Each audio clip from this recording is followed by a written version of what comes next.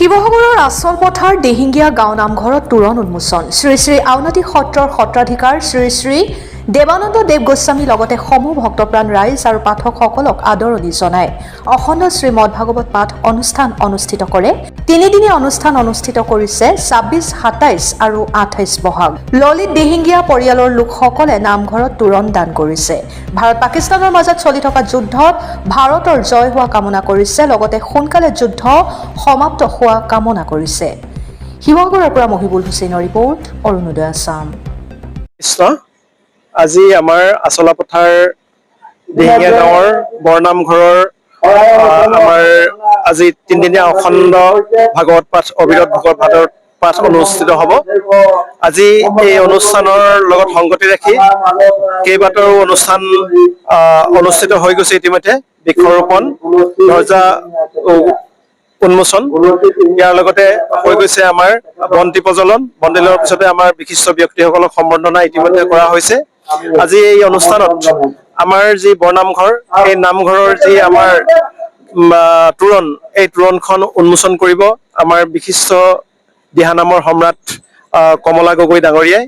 ইতিমধ্যে আমাৰ এই অনুষ্ঠানলৈ আমি নিমন্ত্ৰণ জনাইছো আউনীআটী সত্ৰৰ ডেকা সত্ৰাধিকাৰ দেৱানন্দ দেৱ গোস্বামী দেৱক আৰু আমাৰ সদৌ অসম সাহিত্য সভাৰ আমাৰ মাননীয় সভাপতি ডক্টৰ বসন্ত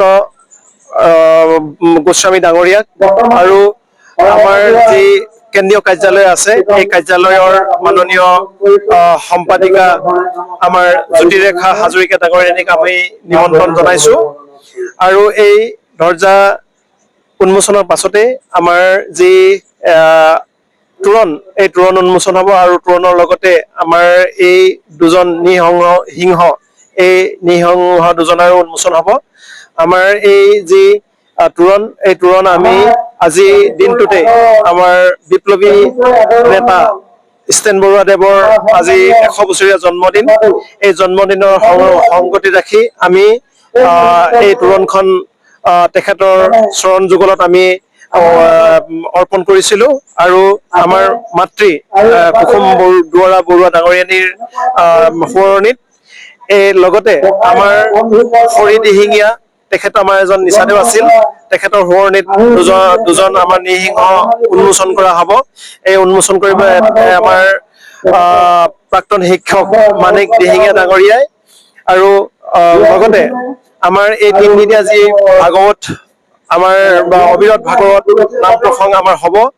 এই অবিৰত ভাগৱত পাঠৰ কাৰণে আমি সকলো অসমবাসী ৰাইজক আমি নিমন্ত্ৰণ জনাইছো আৰু সকলোকে নিমন্ত্ৰণ জনাই ইয়াত আহি তেখেতলোকক সেৱা ভগৱন্তৰ ওচৰত আশীৰ্বাদ ল'বৰ কাৰণে আমি সকলোকে আদৰণি জনাইছো। ইতিমধ্যে আপোনালোকে সকলোৱে জানে যে ভাৰত আৰু পাকিস্তানৰ মাজত যি যুদ্ধ চলি আছে, এই যুদ্ধত যিসকল আমাৰ ভাৰতীয় সৈন্যই ইতিমধ্যে তেওঁলোকৰ জীৱন শ্বহীদ হৈছে, তেখেতলোকক আমি নতশিৰে মস্তক নমস্ত কৰি আমি তেখেতলোকৰ আত্মাৰ সদ্গতি কামনা কৰিছো।